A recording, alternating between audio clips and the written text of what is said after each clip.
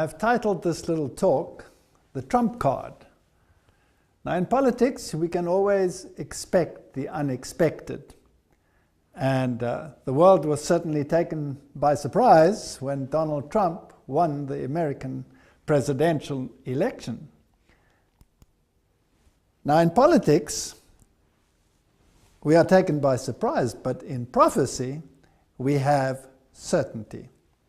And when we look at the prophetic picture of the book of Revelation, then we can see that there is a plan and there is a movement in a particular direction. And even though it looks confusing out there, and sometimes doesn't work according to our expectations, the plan will be fulfilled according to the prophetic picture. In Revelation, we read that the second beast will form an image to the first beast.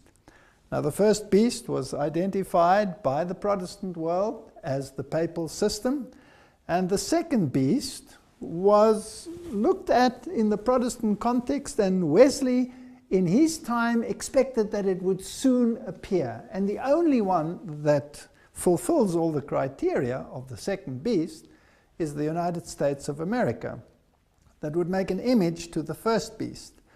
Now the first beast, as we know, was a politico-religious system that dominated world events and world affairs. And so the second system will be the same, where politics and religion will be mingled with each other and will elevate the first beast in the process. Now, that is what the prophetic scenario says. And sometimes when we look at events in history, it seems as though the exact opposite is happening. JFK said the following: "I believe in an America where the separation of church and state is absolute, where no Catholic prelate would tell the president, should he be Catholic, how to act, and no Protestant minister would tell his parishioners for whom to vote, where no church or church school is granted any public funds or political preference, and where no man is denied public office merely because his religion differs from the president, who might appoint him, or the people who might elect him. I believe in an America that is officially neither Catholic, Protestant, nor Jewish, where no public official either requests or accepts instructions on public policy from the Pope, the National Council of Churches, or any other ecclesiastical source, where no religious body seeks to impose its will directly or indirectly upon the general populace or the public acts of its officials, and where religious liberty is so indivisible that an act against one church is treated as an act against all." So Kennedy still stood for the absolute separation of church and state. Now, if the prophecy is to be fulfilled, then this situation must change, because the image must be like the original. And the original was church and state dictating morality to society. And so the second beast must, if it's to become an image, do exactly the same. Now, I believe one of the reasons why Kennedy disappeared from the scene and was assassinated was because he stood for these principles, besides other things that he did, like touch the Federal Reserve, etc. Now, under the two-party state in the United States, we seem to think that you are either voting for one system or another system. But that is, in fact, not the case. Quigley, who was Bill Clinton's favorite professor, said the following in his Tragedy and Hope: "The argument of two parties should represent opposed ideas and policies. One perhaps of the right and the other of the left is a foolish idea acceptable only to doctrinate and academic thinkers. Instead, the two parties should be almost identical, so that the American people can throw the rascals out at any election without leading to any profound or extensive shifts in policy. The policies that are vital and necessary for America are no longer subject of significant disagreement, but are disputable only in details of procedure, priority, or method. In other words, what he's saying is that the two-party system is there just to appease the populace, but the general direction will be the same. The puppet masters behind the scenes will still control events as they deem fit. Now, some of the puppets might not even know what is happening because the puppet master is in control. And sometimes even high officials can be misled or be thinking that they are doing one thing when they are actually propagating something else. Now, this is how the Hegelian dialectic works.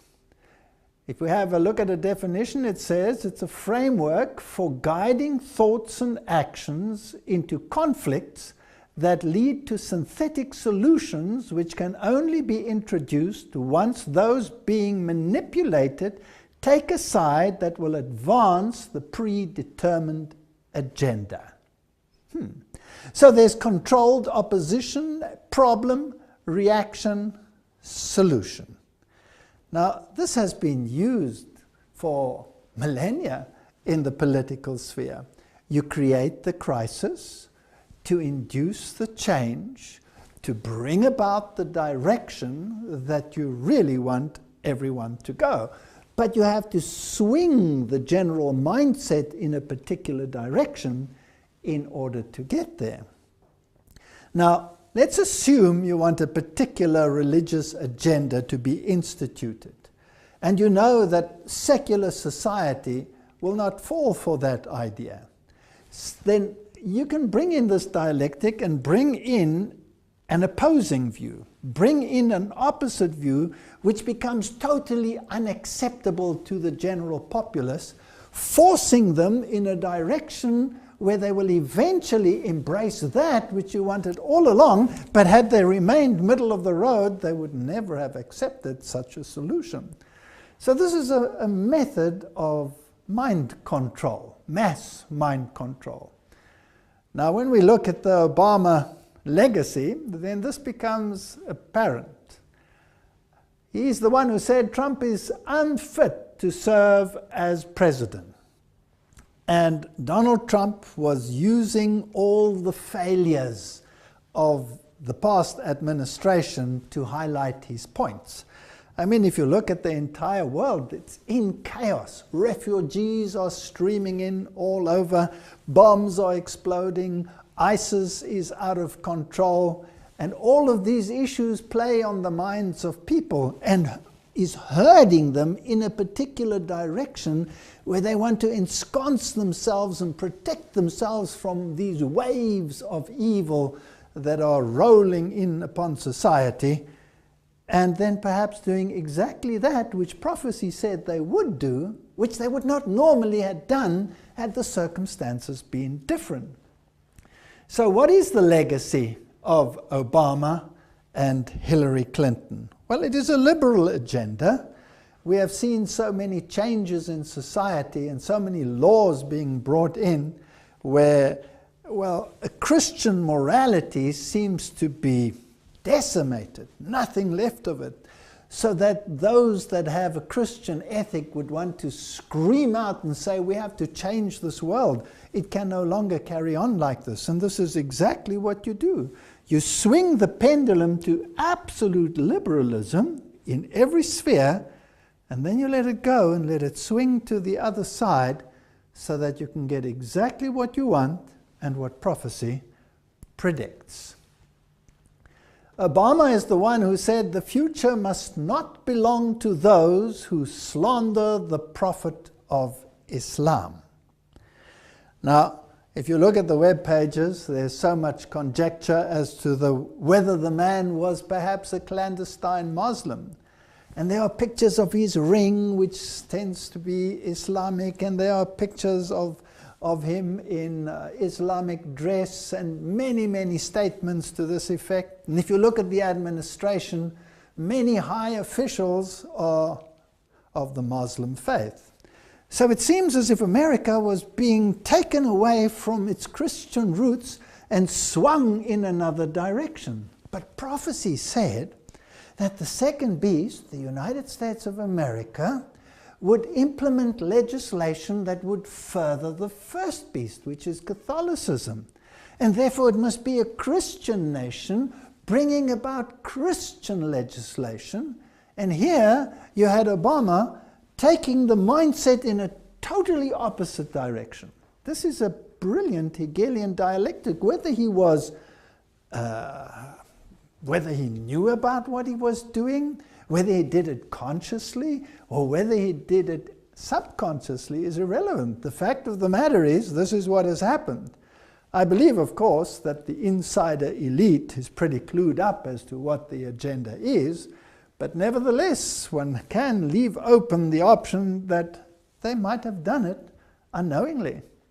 But this was the legacy. And now, with the Trump administration, we are going to probably see the pendulum swing. Catholic Herald, Obama calls for world leaders to heed Pope Francis's message. The President of the United States said he wants fellow world leaders to reflect on Pope Francis' encyclical talking about the environment. So you have this dichotomy of thought. On the one hand, you have this movement towards a totally different religious system, and on the other hand, you have this underpinning of the papal system. And under his leadership, you had the visit of Pope Francis, where he went through the entire procedure, almost like a president of the world being inaugurated, speaking from the balcony, which is a step higher than any of the presidents have done. So you have this dichotomy of thought. You have, on the one hand, the appearance that it's moving in this direction, and on the other hand, the realities of the laws that it's moving in another direction. And then you had the two opponents. You had the one standing for the principles of the right, the other one standing for the principles on the left, and it was a vicious campaign. Now, is this a dialectic, a Hegelian dialectic? Is this a game of good cop, bad cop, or two ideologies which are to undergo pendulum swing?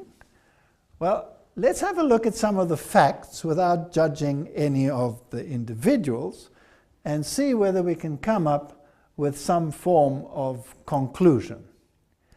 Here we have the famous supper, the so-called charity supper that takes place just before the election, where you have the Archbishop of New York, who always is the head of the Knights of Malta in America, where he has this meal with the candidates that are to be elected for president.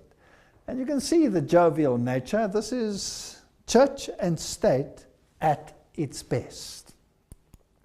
And the two of them smiling next to Cardinal Dolan.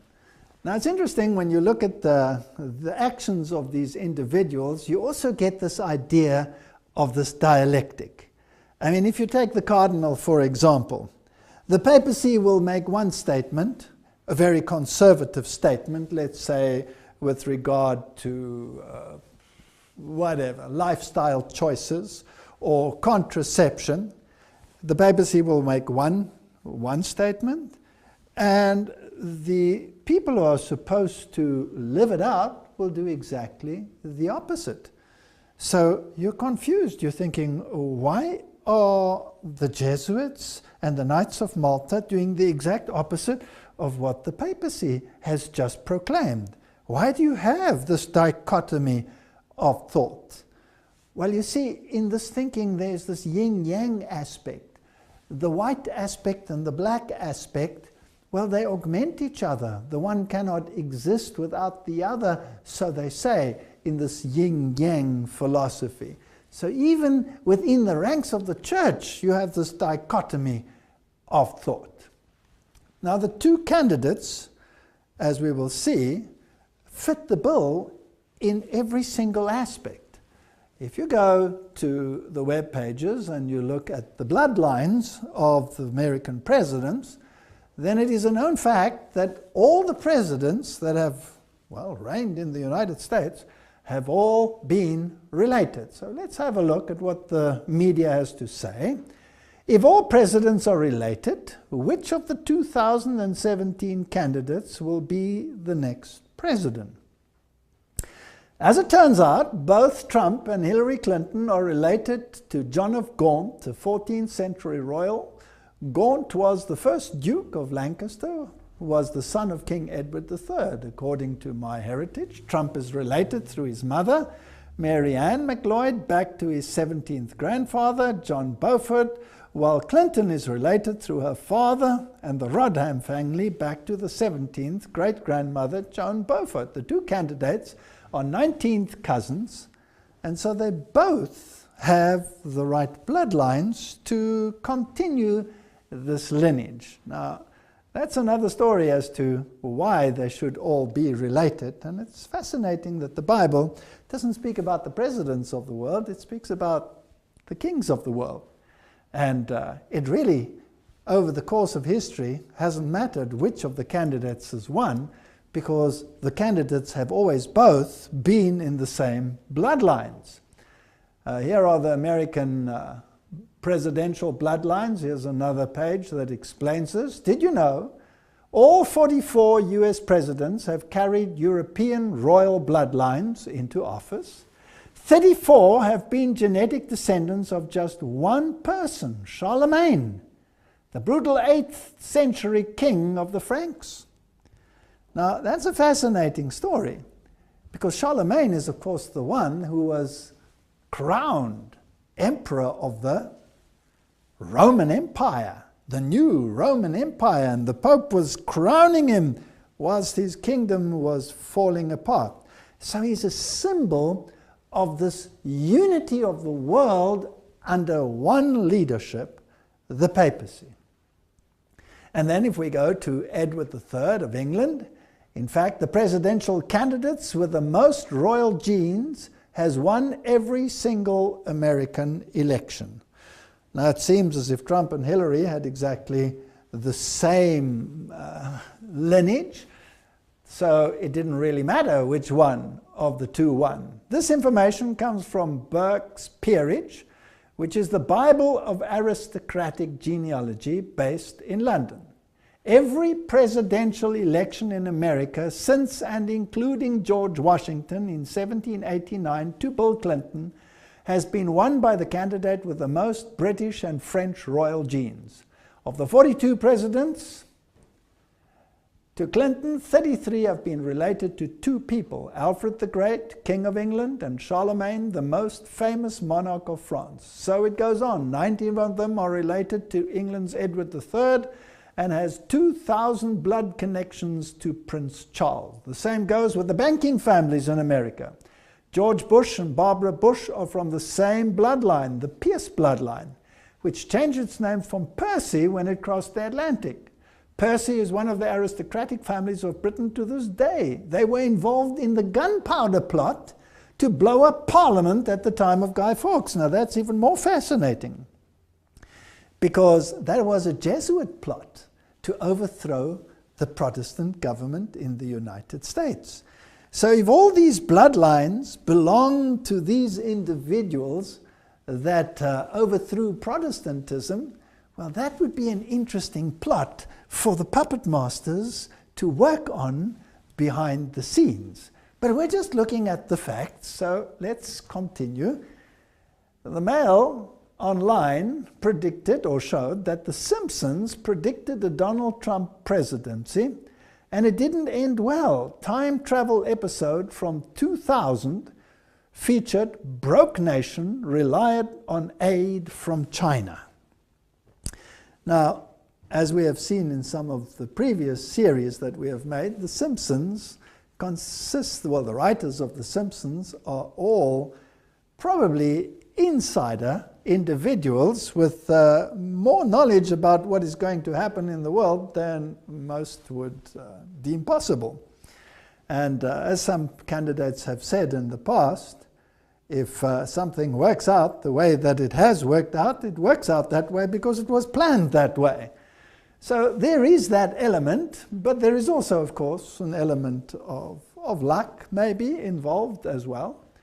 Now the Simpsons generally use many esoteric symbols in their productions, and they have been extremely accurate on a number of issues and have predicted many things that seemed unlikely or impossible years in advance. 9/11 being a case in point, the destructive events in the United States, and in their particular little issues, 16 years before this presidential election, they showed their character in the same dress as Hillary Clinton would be wearing, including the necklace, including the earrings, and that's rather fascinating. It's interesting that she actually wins the next election, but according to their scenario, Donald Trump would win the current election. So that's rather fascinating, and some of the statements and the ideologies that were contrasted there are, well, very strange to say the least. This comes from the year 2000, and they show Trump in his red tie and his jacket between the flags, and this happened in reality. So they're pretty accurate. But it gets even more bizarre because they show that Trump, that's in 2000, greeting the people in Trump Towers, going down the escalator, raising his hand, and again he has the red tie and the suit on. And reality, 2015, Trump greeting the crowds, going down the escalator of Trump Towers. I mean, it's pretty accurate. It's pretty sharp. Now, whether this is pure coincidence or whether it is not is actually irrelevant. Some of the more bizarre ones, rather interesting, are the maps that we will see in a moment. And you can see their character here saying, oh no, it's actually come true. And this is the map that has been going around where they show what the distribution of the votes would be, but this is actually not quite accurate because this one was actually one that they used in the Romney campaign, so it doesn't apply to that previous one. But nevertheless, it's interesting that they show these red demographics, and of course this picture has changed in the present one, so you can not really use this one. Now let's have a look at some other facts, because what we are interested in is prophecy and not the games and the dialectics that are being played in this world. The National Catholic Reporter tells us that Mike Pence, who is going to be the Vice President of the United States, which is a very powerful figure, is a born-again evangelical Catholic. And the web pages in the world tell us this very thing.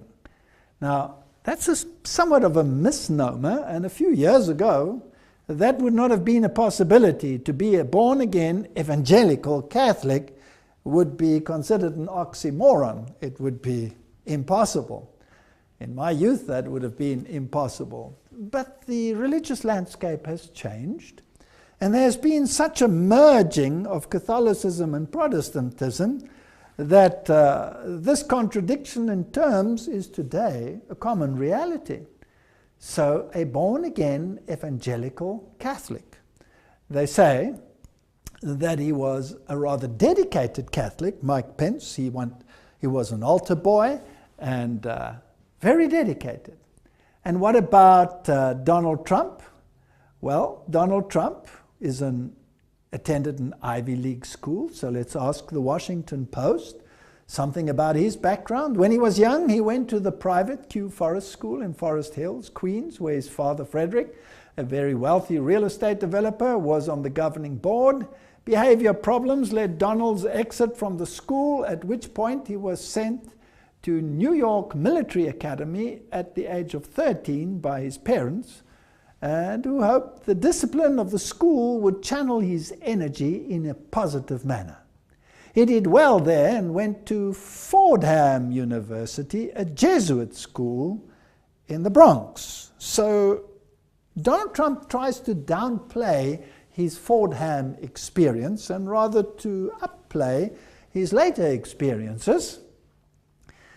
And then he went to the University of Pennsylvania and studied economics for 2 years. So he did attend a Jesuit school, which is interesting and just one of the facts. Now let's go back to Mike Pence again. Postmodern evangelical Catholic conservative. But Pence is also very much a creation of the last half century of American political religious life. Born and raised Catholic, he became a Catholic youth minister and reportedly wanted to be a priest. But according to interviews, Pence has given over the years, interestingly, has more recently declined to talk specifically about his spiritual evolution. While in college from 1978 to 81, he began blending his Catholicism with evangelical Protestantism. I made a commitment to Christ, Pence said. I'm a born-again evangelical Catholic. So here we have a Catholic vice president who is in a position to reach out to evangelicals. Now it's fascinating that the other side, of course, had chosen Tim Kaine as their vice president. And the two met in debate, and apparently Mike Pence was the stronger candidate in that debate, or so they say. But nevertheless, would have made any difference, because both of these are Catholic gentlemen. And let's have a look what the Harvard Divinity School tells us about Tim Kaine and Mike Pence and faith. It says that Kaine was educated at a Jesuit high school and has been influenced throughout his life by Jesuits. Often seen as progressive and open-minded in the US, he's also been called a Pope Francis Catholic. What does it mean to be a liberal Catholic reformer? Now, this is rather fascinating. So you have these high-profile Catholics as vice presidents, the one wanting to be a priest and was an altar boy, and the other one, all his training in Jesuit environments. Now, it's interesting that the Jesuits themselves say, or Ignatius Loyola said, that if you have to choose sides, then a Jesuit can choose one side and represent it to the point of death, while a fellow Jesuit may choose the opposite side and defend that to the point of death. That is the Hegelian dialectic, and it's fascinating how it works. So it really wouldn't have mattered which one of these two would have become the vice president, and it really wouldn't have mattered which one of these two would have become president. Now, before I even talked about this, I thought that Hillary Clinton would probably fit the modern profile somewhat better, but I also said it doesn't matter which one of them wins. But now on reflection, it becomes rather interesting that it went the way it went. Now, in the discussion here with these people from Harvard, Donald Trump's running mate, Governor Mike Pence, described himself as a born-again evangelical Catholic. Is this an unusual faith mix? And what does this combination say about his public service? And the answer? I'm not quite sure what Governor Pence intends to affirm by a born-again evangelical Catholic. He comes from an Irish Catholic background, was raised as such during college, Indiana Hanover College. He had an evangelical religious experience under the influence of a non-denominational group. However, in the following years, he still considered himself a Catholic, went to Mass, worked as a youth minister at a Catholic church, and even thought of becoming a priest. However, in the mid-1990s, he joined the Grace Evangelical Church, which is affiliated with the Evangelical Free Church in America. One could describe it as a Baptist denomination.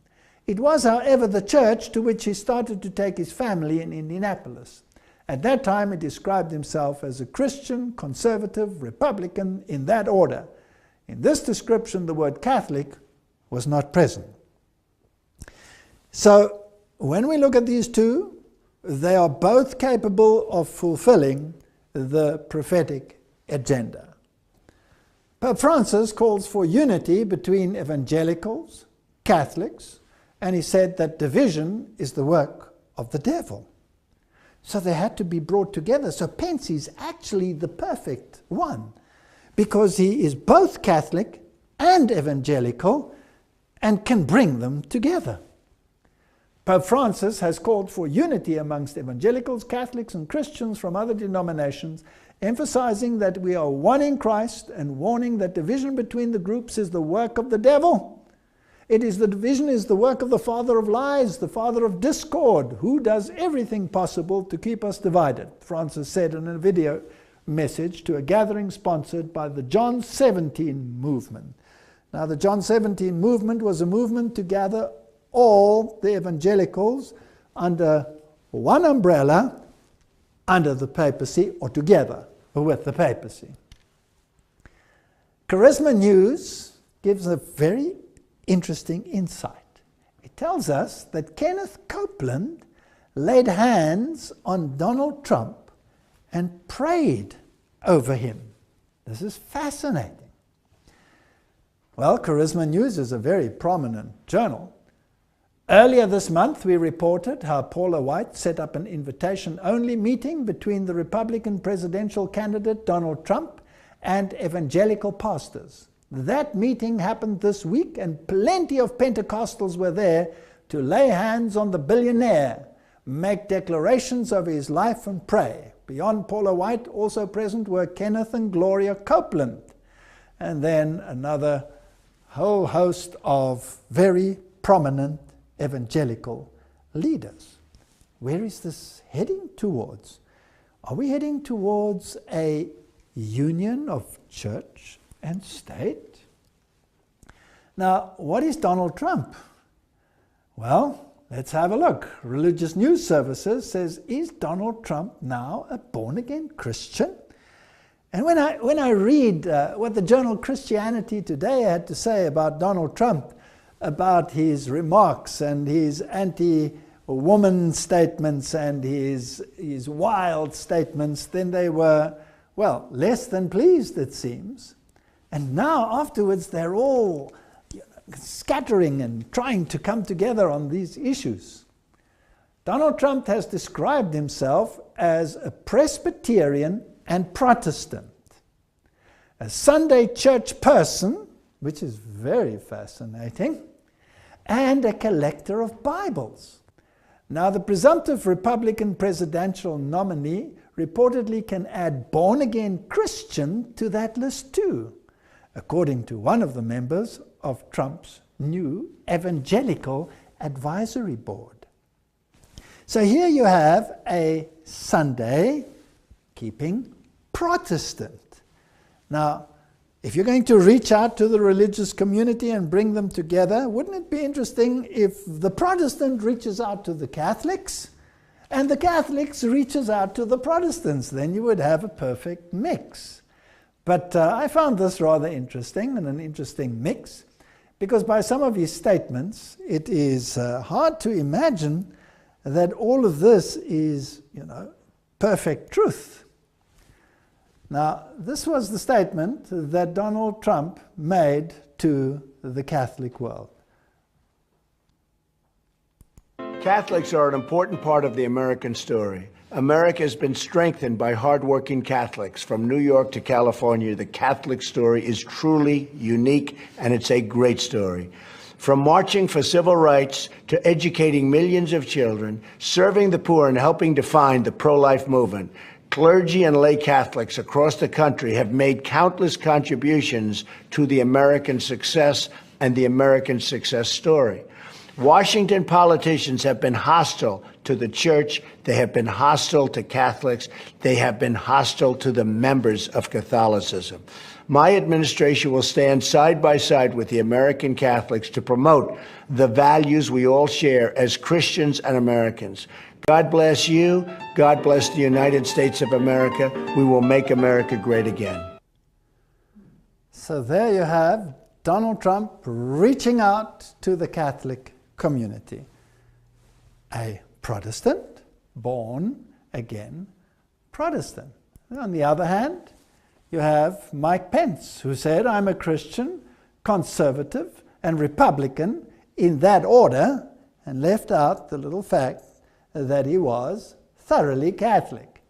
Let's listen to what he had to say. Greetings, I'm Governor Mike Pence. You know, it's my honor this year to serve as the Republican nominee for Vice President of the United States with my running mate, Donald Trump. I'm grateful to be able to join you, if only by videotape, but I'm not sure how they introduce me. The introduction I prefer is pretty short. I'm a Christian, a conservative, and a Republican in that order. And really, it's as a fellow believer that I'm particularly honored to be able to address you today. I know every one of us has our own story about how we came to faith. For me, I was raised in a family where faith was important. Church on Sunday, grace before dinner. But my faith became my own when I made a personal decision to trust Jesus Christ during the spring of my freshman year in college. That night, my heart was literally broken wide, with gratitude and with joy, when I came to realize that what happened on the cross, in some small measure, actually happened for me. And I know all of you in the room share that same passion and that same sense of gratitude for what was done on our behalf. Years later, my faith has been tested, relied on more times than I could possibly count. All I know for sure today is I need him more than ever. And he's really the center of my life and the center of my family's life.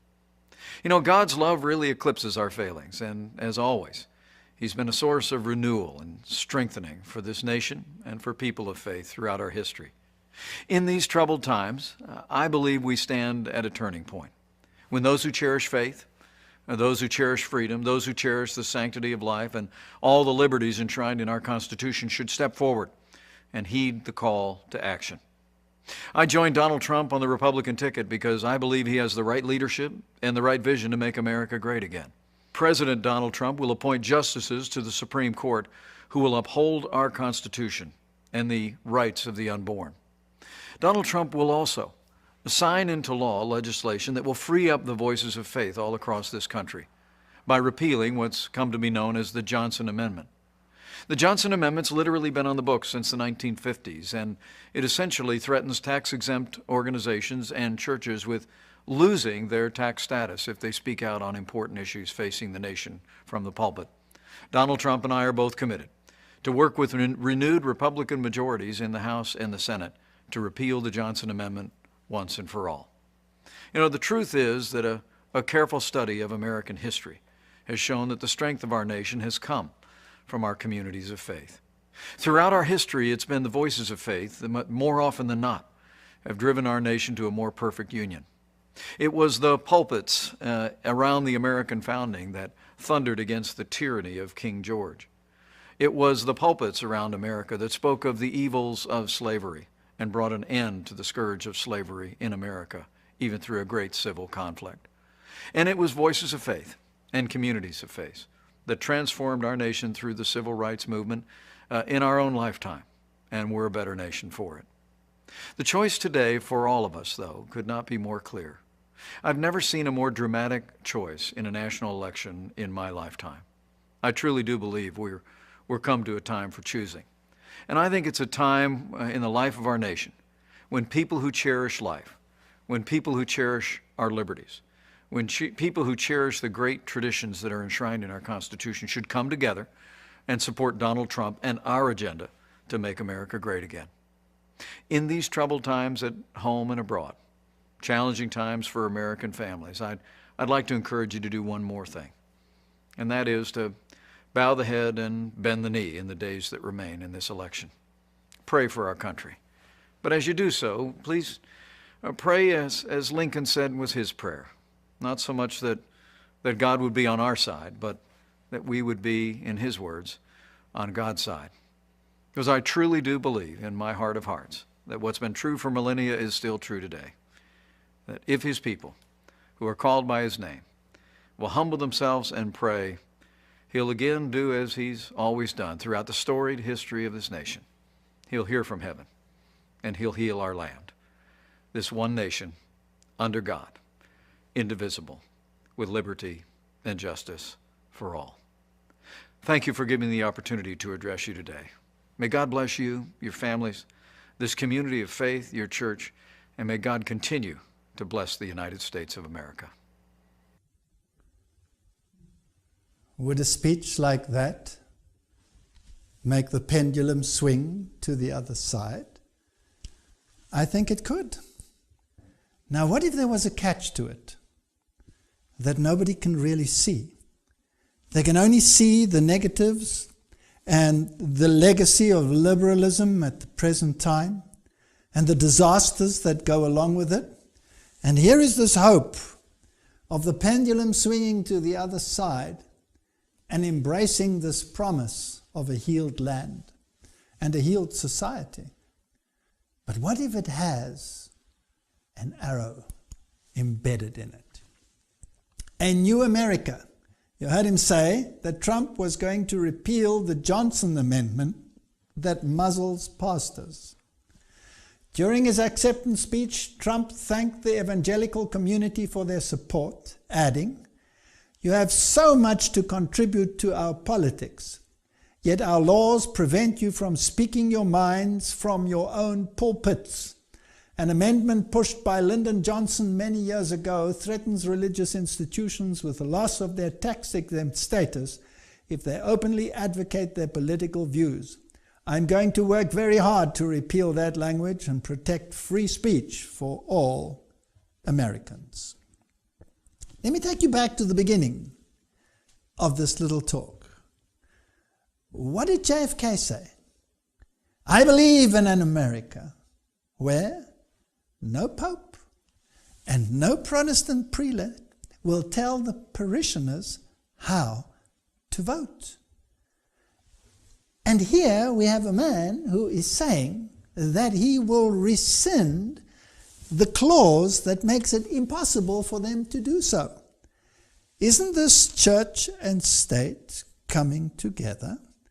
Isn't this the clergy dictating to the parishioners views that will ensconce the values of Christianity? Now, if the values of Christianity were upheld, that would be a marvelous thing. But what if there were certain laws in that package that were actually laws of the first beast, that the Protestant world had identified as Antichrist, and that these laws, when enacted, would negate the law of God? And the Bible says they have done away with your laws, and it is time for you to act. I think we are living in very interesting times. Now, the journal Politico says Trump Evangelical Advisory Board features Bachman and Jerry Falwell. So he has an advisory board that is going to advise him on policy. Now, what did JFK say? Where no Protestant prelate will tell the President of the United States what he should do, and no Pope. And now we have a mixture of the two doing exactly that.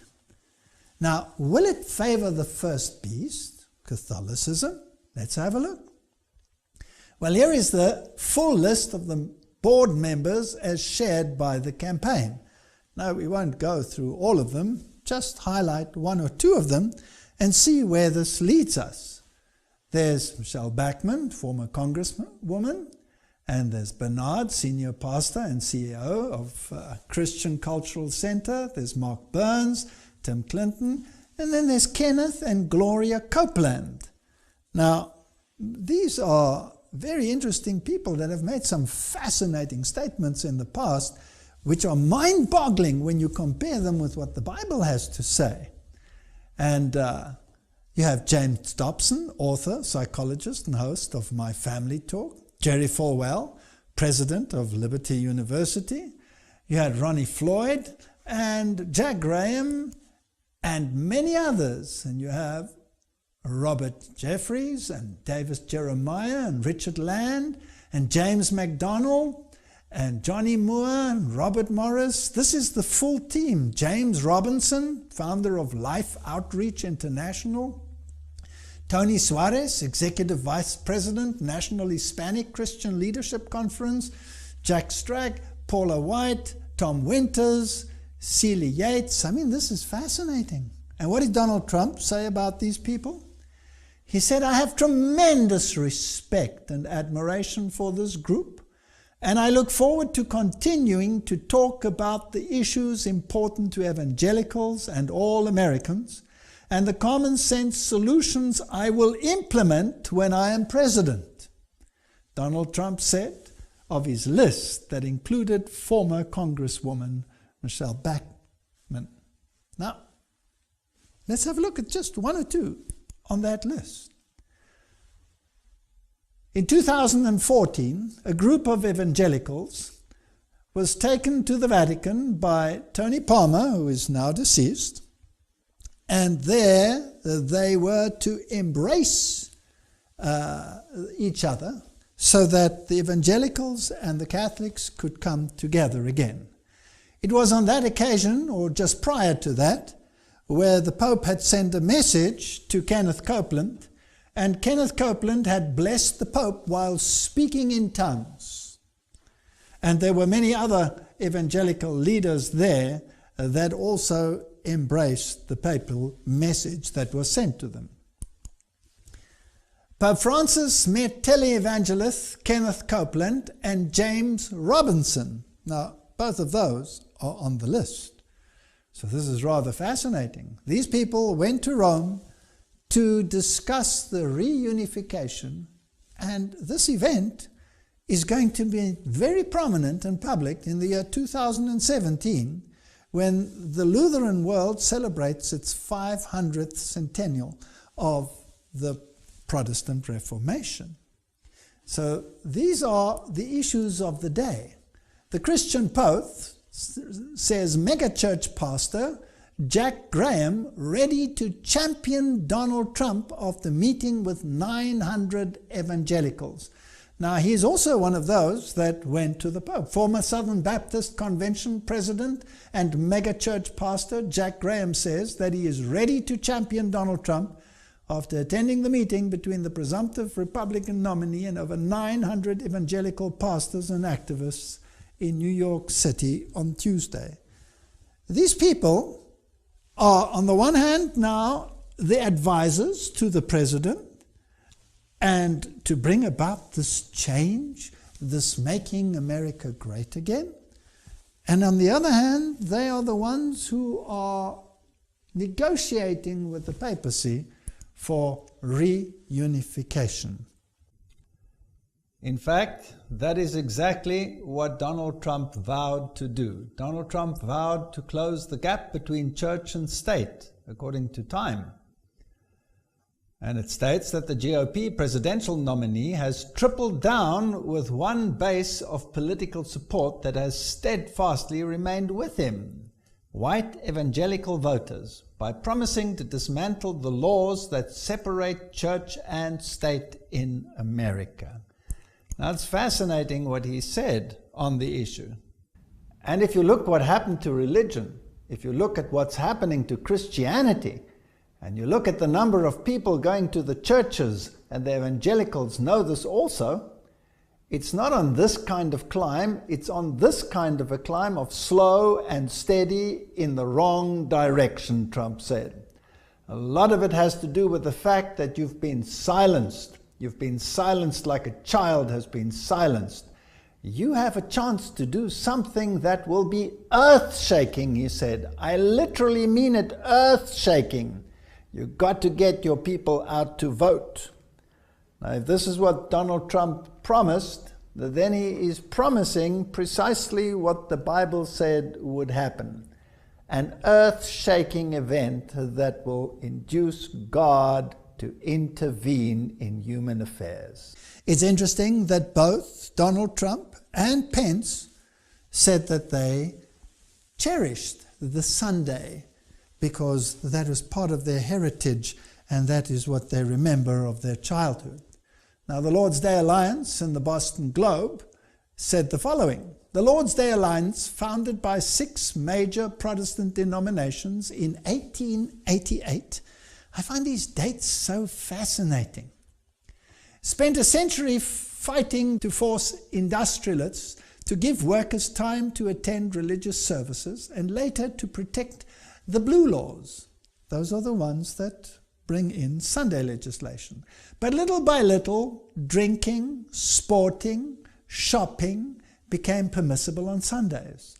In the last 20 or so years, the group has shifted to advocating to an internal recognition of the Sabbath. The point is, where can a stressed out society find regeneration and renewal? Said Reverend Rodney Peterson, executive director of the group, who drew dozens of people to an interfaith conference on Sabbath observance last week at the Old South Church in Copley Square. So this was reported in the Boston Globe on November the 2nd, 2016. This is an evangelical agenda to bring Sunday back into the mainstream again. And here we have candidates, I believe, that are in a position and have the power base to do it. Because for the first time, Republicans control both houses. This is one of the most powerful presidents that the United States has ever had. And if ever there was an opportunity to bring about the prophetic scenario, it is now. I'm not saying it will happen. I'm saying it is possible for it to happen. Revelation 13 verse 15 says, "And he had power to give life unto the image of the beast, and that the image of the beast should both speak and cause that many as would not worship the image of the beast should be killed." Is this the time in which this prophecy will be fulfilled? Only time will tell.